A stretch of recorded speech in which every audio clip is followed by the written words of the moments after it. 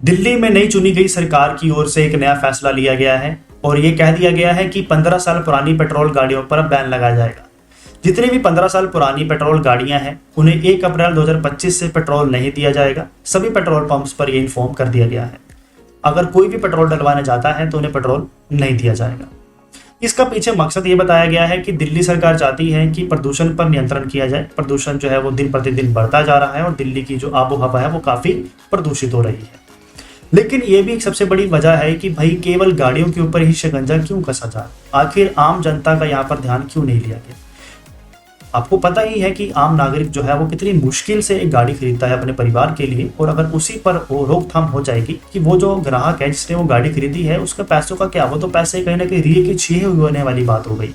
वो जो पैसा उसने अपनी गाड़ी पर खरीदने के लिए लगाया वो तो कहीं ना कहीं किराए वाला बात हो गया कि 15 साल के लिए आपको गाड़ी इतने लाख रुपए में किराए पर मिलेगी। उसके बाद जो आपके पैसे हैं वो जीरो हो जाएंगे, डिस्ट्रॉय हो जाएंगे, क्योंकि कबाड़ वाला भी इस गाड़ी को नहीं लेगा। कबाड़ी जो है वो भी इस गाड़ी को नहीं लेगा ना, क्योंकि गाड़ी की जो है वैल्यू खत्म कर दी गई है। 15 साल के बाद जो है गाड़ी को एक एक्सपायरी डेट दे दी गई है कि 15 साल जैसे ही हो जाएंगे आपकी गाड़ी डेड हो गई है। इससे जहां आम नागरिक को नुकसान होगा तो दूसरी ओर जो नई गाड़ियां मार्केट में बेच रहे हैं उनको भी नुकसान होगा, और जो सेकेंड हैंड गाड़ियों को डील करते हैं, सेल करते हैं, उनको तो बहुत ही बड़ा नुकसान है। क्योंकि ऐसी बहुत सी अनगिनत गाड़ियां हैं जो कि दिल्ली में पुरानी बिकती हैं, जो 15 साल से अधिक समय अपना निकाल चुकी हैं, और वो आज भी लोग जो है वो खरीद रहे थे। तो कहीं ना कहीं वो बहुत ही ज़्यादा चिंतित होने वाले हैं। और जो कार बाजार है सेकेंड हैंड में खासकर, वो तो कहीं ना कहीं पुरानी गाड़ियों को बेच ही नहीं पाए, क्योंकि जो एक कस्टमर है वो उसको खरीदेगा क्यों।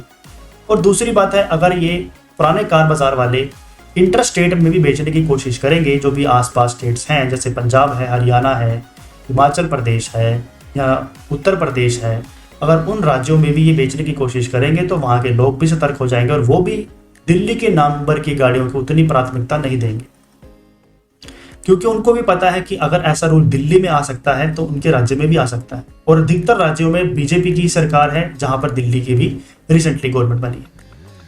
तो कहीं ना कहीं ये जो है लोगों में अब भय आना शुरू हो गया है कि अगर ये दिल्ली में लागू हो सकता है तो उनके राज्य में भी कभी भी ऐसा जो नियम है वो थोप दिया जाएगा और उनको जो है इन गाड़ियों से अपना हाथ धोना पड़ेगा। और नई शोरूम में जो एक कस्टमर है, ग्राहक है, गाड़ी खरीदने जाता है, वो इस उम्मीद में जाता है कि ये जो गाड़ी है वो काफ़ी समय तक वो चलाने वाला है, इसलिए नहीं कि भाई गाड़ी को जो है वो 15 साल बाद ख़त्म कर देगा। जो उसने 8 से 9 लाख रुपए, 15 लाख रुपए, 20 लाख रुपए गाड़ी पर लगाए हैं वो कुछ ही समय में उसके समाप्त हो जाएंगे, जल जाएंगे, ख़त्म हो जाएंगे, विलुप्त हो जाएंगे। तो ये बहुत ही बड़ा चिंता का विषय हो गया है कि सरकार ने जो फैसला लिया है वो बेबुनियाद है। सरकार को यहाँ पर एक ऐसा फैसला लेना चाहिए जो लोगों के हित में भी हो, पोल्यूशन पर नियंत्रण भी हो और किसी को ज़्यादा नुकसान ना उठाना पड़े। अगर सरकार ने ऐसा फैसला कुछ सुनाना ही था तो यहाँ पर ये हो सकता है कि गाड़ी का 15 साल के बाद एक फिटनेस सर्टिफिकेट जारी किया जाता है, पोल्यूशन चेक किया जाता है कि गाड़ी के इंजन की कंडीशन क्या है, पोल्यूशन कितना छोड़ रही है और गाड़ी जो है वो फिटनेस वाइज कैसी है। अगर गाड़ी फिटनेस में पास नहीं की जाती तो ये हल हो सकता है कि उस गाड़ी को 15 साल के बाद सड़कों पर चलना ना दिया जाए। और ये पहली बार नहीं है, इससे पहले भी गवर्नमेंट ने दिल्ली में जो है रूल लागू किए थे, लेकिन उस पर खास अमल नहीं हुआ। और ये जो इस बार ये कर रहे हैं इससे भी एक आम नागरिक को नुकसान होगा। 10 साल पुरानी डीजल गाड़ियों पर ये पहले ही बैन लगा चुके थे और 15 साल पुरानी गाड़ियों का भी जिन्होंने है ऐलान कर दिया है कि एक तरीके से जब पेट्रोल ही नहीं मिलेगा तो लोग गाड़ी चलाएंगे कैसे। तो लोगों के पास बहुत से ऑल्टरनेट ऑप्शंस हैं। लोग सीएनजी का किट लगवाएंगे, उससे भी गाड़ी चल जाती है, उसका कोई बड़ा इशू नहीं है। जो भी पेट्रोल वाले यूजर्स हैं वो आराम से इसको सीएनजी में लगवाएंगे और गाड़ी चला सकते हैं।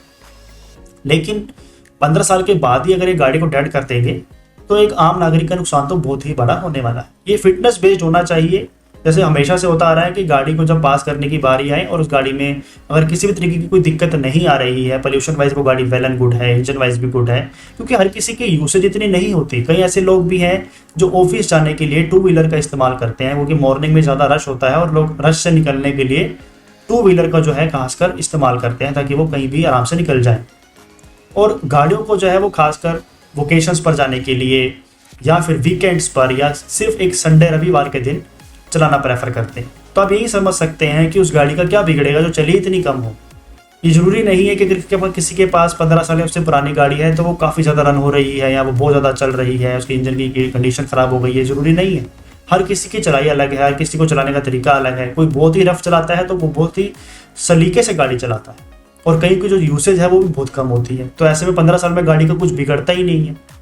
तो यही से सोचने वाली बात है कि गवर्नमेंट को बहुत सोच समझ कर यहाँ पर फैसला लेना चाहिए। ऐसा नहीं है कि 15 साल गाड़ी की कंडीशन हो गई पुरानी तो चलो भाई गाड़ी को खत्म करो, नहीं। यहाँ पर गाड़ी की पूरे टेस्ट होने चाहिए बाकायदा कि गाड़ी की कैसी कंडीशन है, और उसके बाद ही फैसला होना चाहिए कि उस गाड़ी को डिस्ट्रॉय करना है या नहीं करना है। बाकी आपके मन में कोई सवाल हो इसको लेकर, आपको क्या लगता है जो फैसला दिल्ली की नई सरकार की ओर से लिया गया है ये सही है, क्या आम नागरिक के हित में है या आम नागरिक को इससे नुकसान होने वाला है?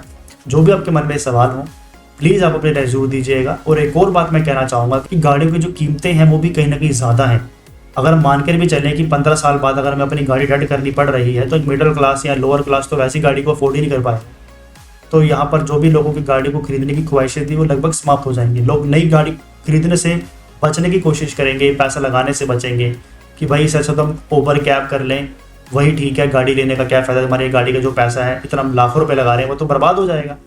तो लोग जो हैं गाड़ियों को खरीदने से बचेंगे, और इससे क्या होगा, जितनी भी गाड़ियों के शोरूम खुले हुए हैं, गाड़ी की ऑटोमोबाइल कंपनी है वो घाटे में जानी शुरू हो जाएंगी। ये बहुत बड़ा फैसला जो कि दिल्ली सरकार ने ऐसे ही ले लिया, जो कि नहीं लेना चाहिए था। इसमें कहीं ना कहीं आम जनता की राय लेनी चाहिए। इतने बड़े बड़े चैनल्स उनके अंडर चलते हैं, उनसे उनको जो है क्वेश्चनर चलाना चाहिए था कि आम जनता क्या चाहती है, पोल्यूशन पर नियंत्रण करने के लिए क्या करना चाहिए सरकार को। ऐसा नहीं कि सरकार कोई भी अपने ऊटपटांग फैसले ले और आम जनता पर थोप दे, जैसे नोटबंदी के टाइम पर किया गया था। तो आपके मन में जो भी सवाल हो प्लीज़ अपनी राय कमेंट बॉक्स में दीजिएगा। नमस्कार।